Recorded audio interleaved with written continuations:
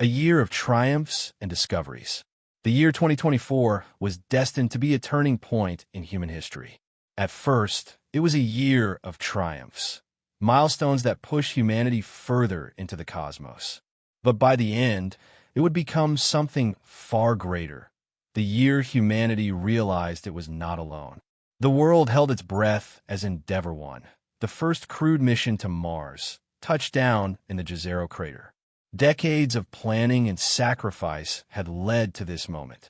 Astronauts stepped onto the rust-red soil, their first words broadcast to billions on Earth. "We are the first, but not the last." Within weeks, the crew made an astonishing discovery: evidence of microbial life beneath the Martian surface. The implications were staggering. Humanity had spent centuries searching for proof that life existed beyond Earth. Now it was undeniable. Scientists scrambled to analyze the samples, eager to understand what this meant for biology, evolution, and the possibility of life elsewhere. Meanwhile, the moon was no longer just a waypoint. It was a frontier.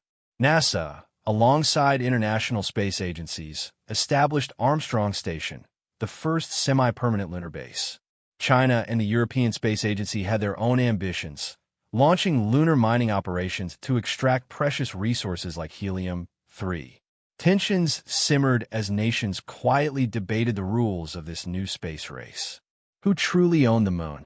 As humanity expanded its reach, technology advanced at an unprecedented pace. In May, scientists successfully tested the Daedalus Drive, a revolutionary fusion propulsion system.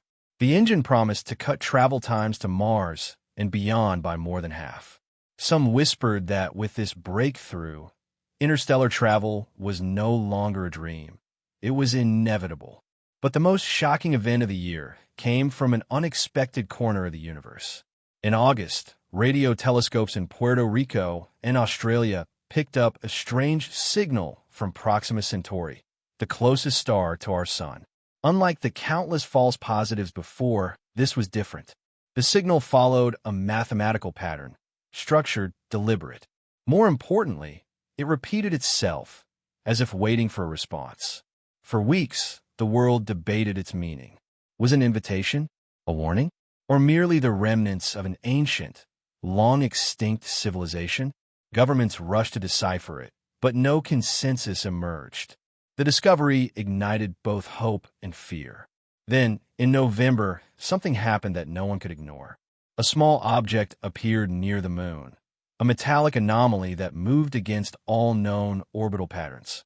At first, astronomers assumed it was space debris, but then it changed direction. Unlike anything human-made, it maneuvered with precise, deliberate movements. Armstrong Station sent a drone to investigate. As it approached, the object revealed itself, a dormant probe covered in unknown symbols buried beneath layers of lunar dust. It had been there for millennia, hidden in plain sight, watching and waiting. What began as humanity's greatest year of progress was about to become something else entirely. The year 2024 was the year humanity made contact, but it would soon realize that not all discoveries should be made. First contact or first threat. The discovery of the alien probe beneath the lunar surface sent shockwaves across the world. Hidden for millennia, it had been silently observing Earth, waiting to be found.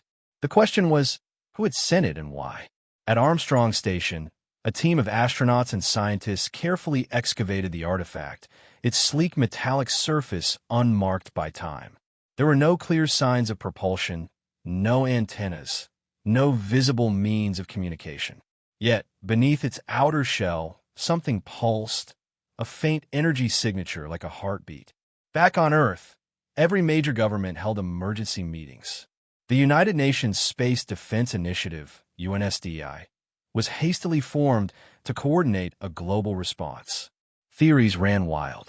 Some believed the probe was a relic of a long-dead alien race. Others feared it was a beacon, one that had just been activated. Then came the breakthrough. While analyzing the probe's structure, a scientist at Armstrong Station noticed a peculiar pattern in its design. It matched the radio signal from Proxima Centauri. The connection was undeniable. The signal Earth had detected months prior wasn't just a random transmission. It had been sent in response to something humanity had unknowingly triggered. The world was now faced with an impossible choice. 1. Attempt communication, risking the unknown consequences of alerting whoever was out there. 2. Destroy the probe, eliminating the risk, but also any chance of understanding its true purpose. As world leaders debated, someone acted first. A rogue scientist, driven by curiosity or arrogance, transmitted a reply using the same frequency embedded in the probe structure. The response was simple, a single pulse of energy directed toward deep space. The probe awoke. It began emitting a steady beacon, transmitting in all directions. Astronomers on Earth detected a sharp, focused burst aimed precisely at Proxima Centauri. Within minutes, something even more alarming happened. The long-range observatories at the Vera Rubin Observatory in Chile and the James Webb Space Telescope detected an anomaly, a sudden energy surge from Proxima Centauri system. Something was moving, fast. At first, it seemed like a distant stellar phenomenon. But as calculations came in, the reality became clear. Multiple objects had just begun accelerating toward our solar system, at speeds that defied natural physics. Panic spread. Were they coming to greet us? Or had we just triggered a response that should have never been sent? For the first time in human history, we were no longer watching the stars.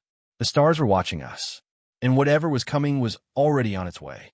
Humanity's trial by fire.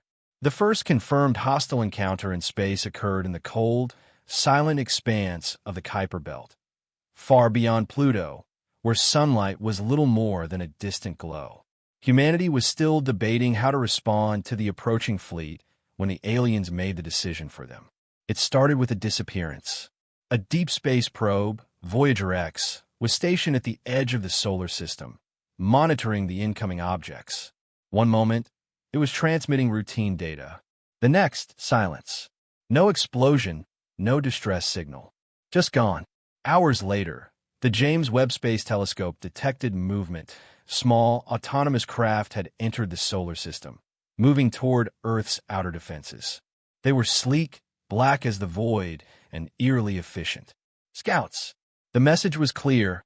This was not a diplomatic mission. The Battle of the Belt. The United Nations Space Defense Initiative, UNSDI, scrambled to respond. Humanity's first space-based fleet was untested, built for deterrence rather than war. The hastily assembled task force, led by the USS Aegis, a repurposed orbital defense cruiser, intercepted the unknown craft near Neptune. The battle was brief, terrifying. The alien drones moved like nothing human pilots had ever faced, weaving through missile fire with impossible precision. Energy weapons, unlike anything on Earth, sliced through steel like paper. Within minutes, half of the task force was lost. Then, something unexpected happened. Humanity fought back. The remaining ships adapted, leveraging unpredictability, an erratic, almost reckless style of combat. The aliens, for all their technological superiority, relied on patterns.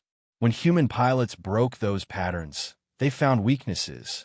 A single shot from the Aegis landed on an enemy drone, disrupting its sleek black hull. The wreckage revealed something chilling.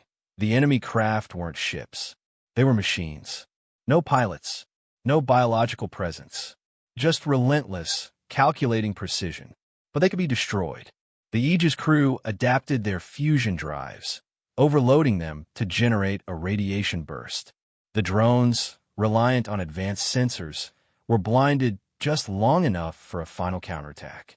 In a desperate maneuver, the Aegis rammed the last remaining enemy scout, destroying it.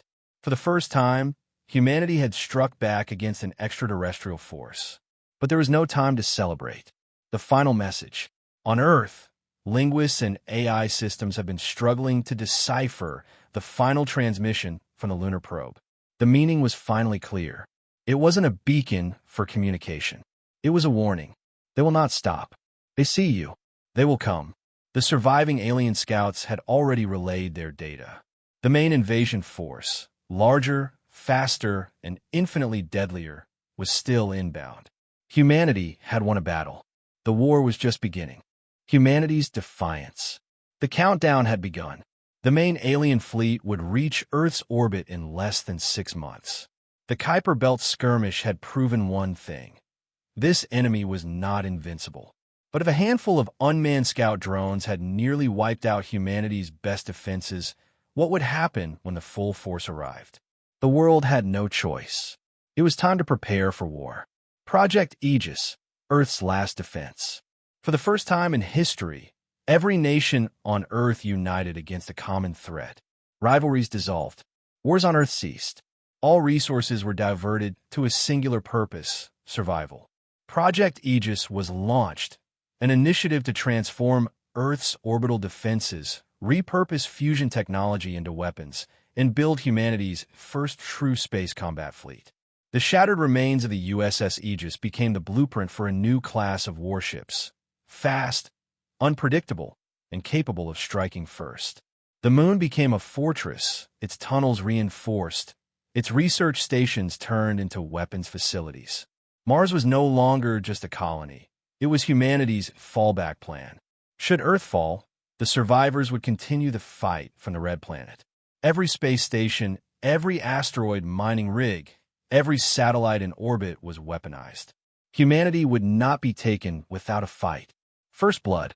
With weeks to go before the invasion, the first alien warship entered the solar system, a massive, angular vessel, 10 times the size of any human ship. It did not communicate. It did not slow down. It was a vanguard. It needed to be stopped.